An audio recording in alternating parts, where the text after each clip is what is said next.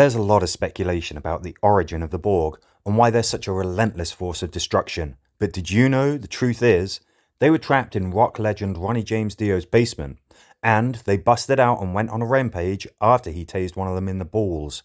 You may contest that, but this video came out before the Borg made their first appearance in Star Trek.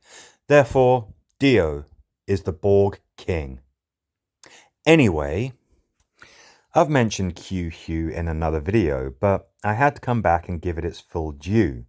This came to mind when I did that last video on Tuvix. See, that's a distinct episode. It does so many things differently, and so does this legendary entry from Season 2 of The Next Generation.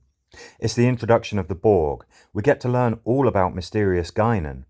But even more than that, there's some really distinct dramatic moments in this episode. But first, here's a rundown of the plot. The episode starts with Geordi talking to new crew member Sonia Gomez, but the plot gets underway when Q turns up and starts fucking with Picard. They're whisked away and Q explains he's been exiled and is frankly bored, so he wants a laugh with Picard of all people. The crew figure out that the captain's missing, and they start search. It's not long before Q snaps his fingers and bam, he and Picard are back on the Enterprise in 10 forward. Guinan pops up from behind the bar where she had been hiding for some reason while Q and Picard had their brief chat upon their return. Meanwhile, back on the bridge, Riker is informed that the captain's back, and he gives a knowing smirk like he had actually done something smart or clever that had to do with Picard's return, even though he hasn't. Back in 10 forward, Q and Guinan trade some backstory establishing barbs while striking poses like they're about to have a dance-off. Then Riker and Worf arrive and we get some classic sass from Q. He goes on to petition for a place on the crew. Picard hears him out fairly and isn't entirely resistant to the idea. Our mission is to seek out new and different life forms, and you certainly qualify as one of the most unique I've ever encountered. To learn about you is frankly provocative. Then Q takes umbrage when Picard rebuffs him, saying that humanity is ready for whatever is out there. Q says something flouncy and weird, but because he's a fascinating character portrayed by a talented actor, it sounds chillingly threatening. The hall is rented, the orchestra engaged. It's now time to see if you can dance. The Enterprise is flung many light years away, stranded in an unexplored section of space. Q leaves with a witty bon mot that stays in the original language because the universal translator has been set to dramatic effect. Con permiso, Capitán. Guinan's been to this region of space before, so Picard asks for her advice. I'd start back now. Then he completely ignores it, like she's Worf in a briefing or something so that Data can scan a boring planet. Then a ship appears, a most unusual ship. They decide that now is a good time to listen to the one person who knows this region of space. Guinan, activate your view screen. I would like you to monitor what's going on up here. Guinan walks a couple of meters so that she can have a smaller, less immediate view of the ship that she can see perfectly clearly through the bay windows. Then tune in and pay attention because we get some of the greatest scenes in Star Trek. I know, I've been pretty sarcastic so far, but seriously, get ready for a masterclass in storytelling for the screen as this episode shifts into top gear. Just as the crew try to decide their next move, the Borg appear. It's subtle and frightening at once as the drone teleports into the background in a perfectly framed shot. We don't get a clear look, even in the close-up, just perfect direction and pacing. The crew arrive and they try to make contact, and we get some tension-ramping dialogue delivered with one of the greatest line readings ever committed to screen. You're nothing to him. He's not interested in your life form. He's just a scout, the first of many. He's here to analyze your technology. He may attempt to gain control of the ship. I wouldn't let him. The Borg don't seem to be much for diplomacy, so action has to be taken to stop this thing from doing what it's doing. And there's a great moment right here. It's nothing flashy, just a simple stunt, but it's performed really well. They turn up the heat. Use whatever means to neutralize the invader. And Worf bags his first Borg. Assimilate this. But another immediately takes its place.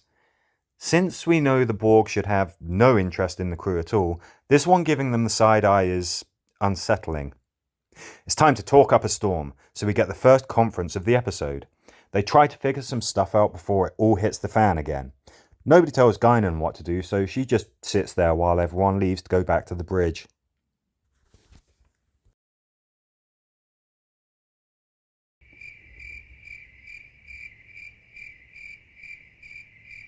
The Borg attack, and the crew can barely defend themselves.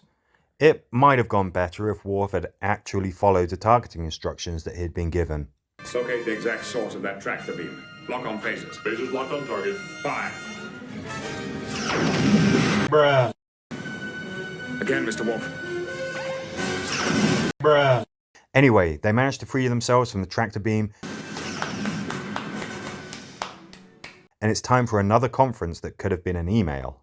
Q turns up to rub in the pretty obvious fact that our crew don't know what they're up against or how to deal with it. This gives Riker a personality infusion for a couple of seconds, and he delivers actually a pretty good badass line.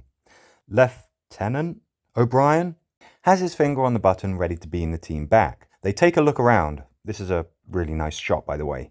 And they find some stuff like a baby Borg. It's being nursed in a retcon chamber though, so it won't get mentioned again. Wandering around, the crew realise that the Borg aren't as into them as they are the Borg. They either don't see us or don't see us as a threat. Realising the aliens are going to flip out of power saving mode soon, and the find out phase of this whole process is about to kick off, the band get back together, and the Enterprise gets ready to blow this popsicle square and warp away at top speed. The situation turns desperate. The Enterprise tries to run, but the Borg pursue them. It's all hands on deck, except for these two at the back of the bridge who seem to be low-key arguing over whose turn it is to do the dishes. Seriously, it's kind of weird when you notice it. Anyway, the Enterprise tries to flee, but the Borg are faster. They try to fight back, but there's no effect. The Borg ship was not damaged. Bruh. Picard implores Q to save them, and he does. The Enterprise is flung back to Starfleet territory, and everyone's safe. Well, maybe not everyone. But I think the lesson could have been learned without the loss of 18 members of my crew. And we get a bittersweet ending. There's some really big moments that make this episode stand out, but throughout, there's also some really nice little touches, and I kind of wanted to go over those first. So in the teaser, Gomez is suggesting that we all be nice to technology. Hot chocolate, please. We don't ordinarily say please to food dispensers around here. Because otherwise, someday, we might pay the price. I don't know if that's on purpose, but kind of makes it pretty chilling. There's also a line which has a lot more weight to it when you realise that this is the first time that Picard meets the Borg. First impressions, right? Isn't that what they say? First impressions are the most important. I'll give you this. It's a meeting the captain won't soon forget. After that, after Gomez has screwed up a bit, we get to see Geordi mentoring her. It's a really nice moment. He speaks her language, he doesn't berate her, he makes her chat in a less formal environment. It's just an example of good leadership in action. This scene's fantastic. It starts with some comedy with some witty quips that actually do land. Which is? Oh, the redoubtable Commander Riker. And Microbrain. Growl for me. Let me know you still care. And then the tone changes pretty damn quick. It's a very good scene. You get Q getting this whole story going, but earlier, do you remember when he said this? We agreed you would never trouble my ship again. I always keep my arrangements, sir. He breaks his word right away as soon as he's annoyed. You just never know where you stand with this guy. That's very interesting. All of the moments with the first contact with the Borg are just amazingly intense. The first shot to include them is beautifully framed, and they just jump right in to interrupt a scene that's already in progress. You really get the impression that there is going to be no stopping these things. I like that after Q has dropped in to troll the crew during their second conference, he just vanishes and the chair shakes and wobbles. It's just a nice touch. And I'm not the biggest fan of Riker, but he gets a badass moment right here, and Jonathan Frakes nails the delivery. I wouldn't go there if I were you. I don't know, Guinan, they paid us a visit. It seems only fair that we return the courtesy. And then we get to the moment I really wanted to talk about. So like I said, I did that Tuvix video because of its atypical aspect to the moral dilemma. Nothing happens to immediately justify Janeway's choice. There's no comfy hand-wringing and feeling bad, but knowing that they had to make that hard choice. Q also has a truly unique moment that you just wouldn't expect. When you talk about those great moments of competence and drama, where we see the captain turn the tables on the situation, it's usually something fiery and heroic. There's an old saying, fortune favors the bold. Well, I guess we're about to find out. In this case, it's our captain, helpless and overwhelmed, accepting that he's outmatched, imploring you to save them. If we all die here, now, you will not be able to gloat. You wanted to frighten us. We're frightened. You wanted to show us that we were inadequate. I grant that. You wanted me to say, I need you. I need you! The Borg got overused. They're defanged by the end of Voyager's run. But here, they're so thoroughly unbeatable that the grand moment that resolves the situation has our stoic, dignified Captain Jean-Luc Picard begging for the lives of his crew. You gotta wonder how this moment of absolute brokenness affects Picard and his relationship with the Borg going forward. You've also got to wonder how many other captains might be able to resolve this in the same way, showing that same humility and diplomacy. First up, Captain Kirk. Well, he faced down many godly beings. I can give life or death. What else does mankind demand of its gods? Mankind has no need for gods. We find the one quite adequate. I think in the original series, Roddenberry just liked doing those stories. What does God need with a starship? Would he have begged for salvation, though? I don't think so. I said, what does God need with a starship? So, I would have to say in this exact situation, Voyager's Captain Janeway, it's hard to say. She has a more scientific mindset, and she has made the Borg look like chumps on too many occasions. But in this exact situation, the first contact with the Borg, would she have done this? Tough to say, she's kind of defiant in the face of gods. Let me tell you this, we can stand here for all eternity, and I will never choose to go with you. But, you know, she might have had the pragmatism and diplomacy. I'd put her down as a maybe. Captain Archer? Let's go. He's much more used to facing the unknown than the others, and I kind of just feel that he would be able to talk to Q on a level. He's not too proud to admit that humans just don't know what they don't know at this point.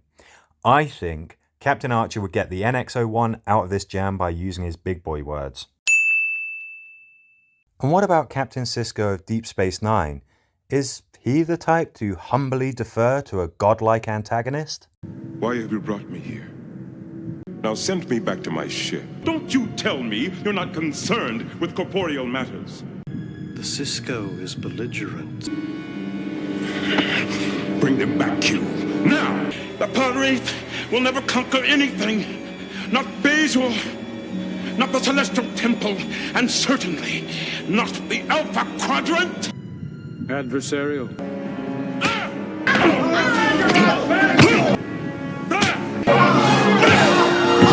Aggressive. You are pathetic.